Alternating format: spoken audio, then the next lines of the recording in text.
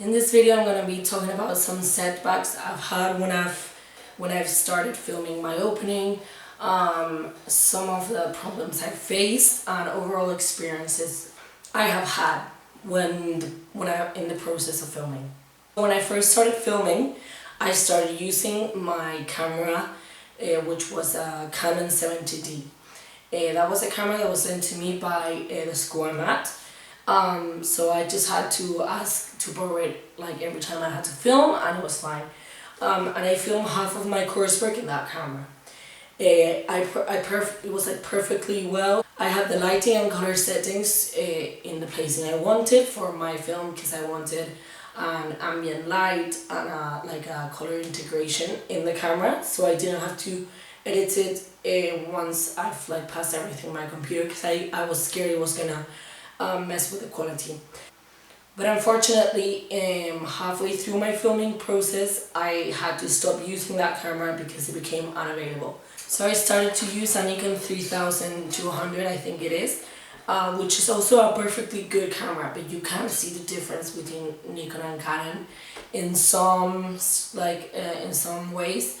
And one of the main ways is that the camera that I'm using now is actually of a lesser quality, so you can see that there's less megapixels, and I am a bit worried that when I start editing the whole video, which I am in the process when I add the second part of my coursework, you will be able to see a difference in quality. I really hope this doesn't happen because it's really gonna mess with the whole film opening. Another problem I had with camera work was that because of the new camera, in my old camera, when I filmed scenes with low-key lighting, it was perfectly fine and it really worked. I would just change my setting and lighting.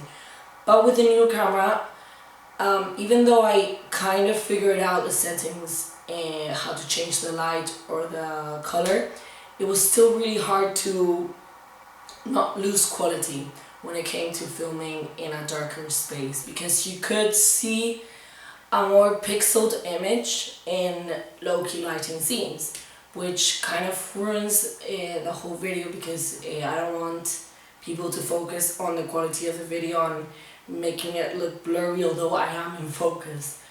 So that was one of the problems I was facing as well with camera and my camera change, which I hope won't affect my grade and especially the editing part of my video.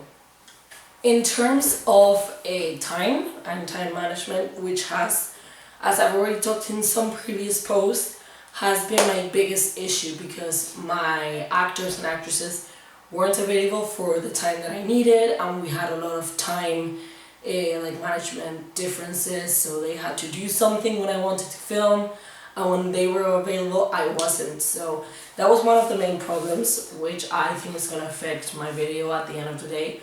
I really tried to film as quickly as I can and try to get it all done in a certain amount of days. But a lot of my scenes required going to different locations, which most of them are really far away from each other. And also these locations are houses of my family, so I also had to ask if they were available to lend me their house, or if I could use their living room, or if I was allowed to put blood on their floor. This also really complicated things. Right now I still have a few things to film, because I wanted to refilm some scenes, and just to make sure I have enough footage in case I don't like some scenes, or I have to add something or take away and change my story, because after we get our feedback, we might not like our full video and we want to change some scenes, so I'm always gonna film extra footage.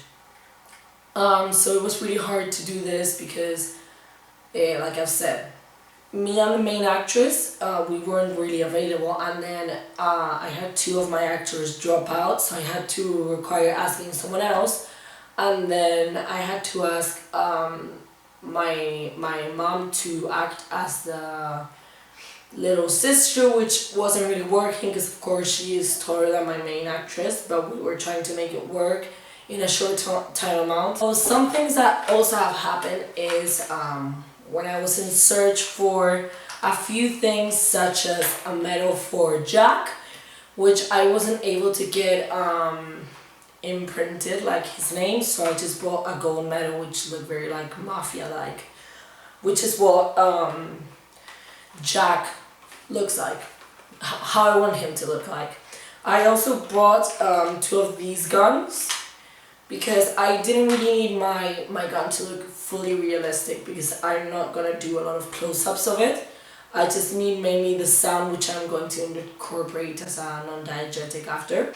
So I bought two of these just in case one broke, because I didn't want to have more complications, because I already had a few in terms of filming as well, because for some of my scenes I did have to do tracking shots and I don't have a big filming equipment or a stabilizer or anything like that, so I had to do a few tricks which I am going to mention in one of my posts, like getting on top of my car, just following the main actress.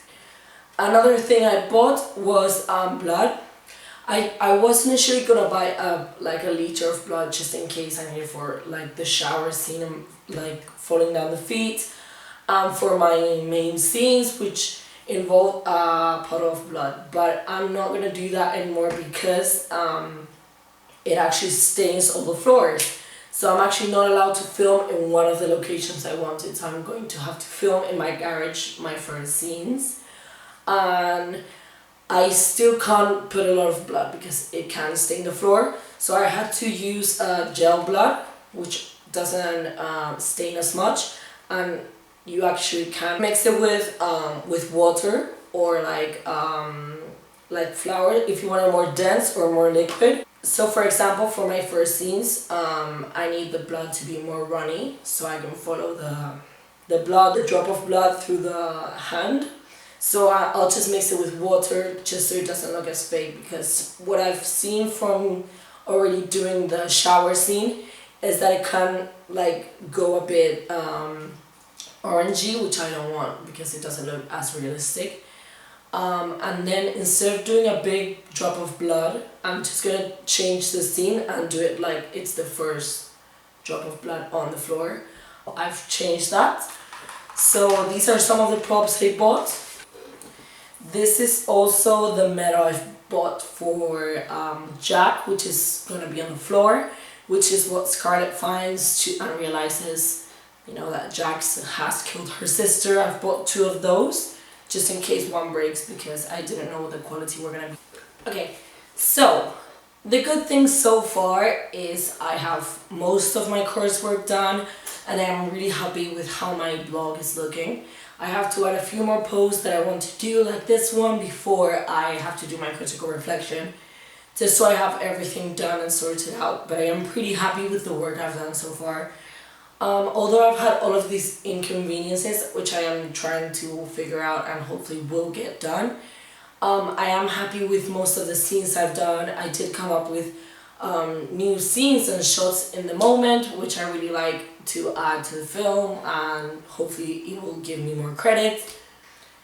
As I've mentioned before, one of the things I'm happiest with is my mise-en-scene, because I figured I wasn't happy with some of the scenes where I was shooting, which was my garage at home.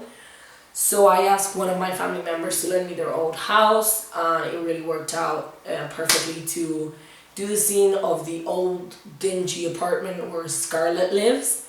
Also because it is an old apartment, the lighting was already like low-key and very yellow and greenish, which is kind of the color integration I want for my film, as I've shown in all the aesthetic throughout my whole blog posts. So that's everything that I've had to cope with at the moment in my filming process. And yeah, all the things I've coped with in my filming process, how I've overcome the issues, the things I have been doing recently, and my filming schedule. And I am scheduling another session for filming in 2 days, just so I can get it overdone with, and then I'll finish my editing, and that will be it for my project.